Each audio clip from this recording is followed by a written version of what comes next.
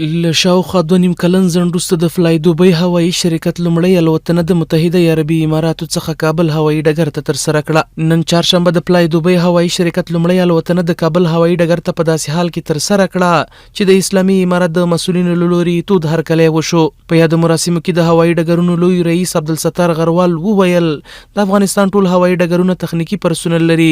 په خبره یې په راتلونکي څو ورځو کې به ځینې نورې نړیوالې الوتکې کابل هوایي ډګر ته خپل الوتنه شروع کړي. وختو کې موږ سره نور شرکتونه هم په تماس کې دي چې ان شاء الله په راتلونکي وخت کې به العربیه او جزیره ایرویز هم پروازونه شروع کړي او همداشان ترکش ایرلاین. نو دا یو لوی پرمختګ ده.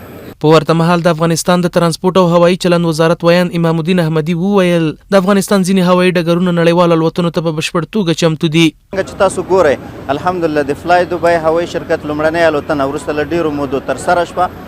د کابل نړیوال هوایي ډګر همدارنګه د افغانستان ټول نړیوال هوایي ډګرونه فعال دي، په کلي ډول الوتنو ته چمتو دي. د نړیوالو معیارونو مطابق پکې خدمات وړاندې کیږي. نور بهرني شرکتونه به هم افغانستان د انشاءالله په نږدې راتلونکي کې خپلې الوتنې پیل کړي. د کابل نړیوال هوایي ډګر رئیس عبدالهادي محمد ټولو مراجعینو ته د پوره امنیت ډاډ ورکړ. په خبره یې په یاد هوایي ډګر کې ټول خدمات معیاري دي. د میدان په هکله دومره وایم چې د میدان امنیت او مسؤلیت ان شاء الله دواړه کم چې د ایکا سازمان استندونه دي د هغو سره موافق دي. امنیت که امنیت د میدان دی، که امنیت د وانوردی دی او که مسؤلیت دی، که هندلینګ دی، که اطفائیه ده، که هواشناسي ده، ټول خدمات ان شاء الله معیاري دي. د یادونې وړ ده چې فلای دوبۍ هوایي شرکت له نږدې 2.5 کلن ځنډ وروسته افغانستان ته الوتنې پیل کړې.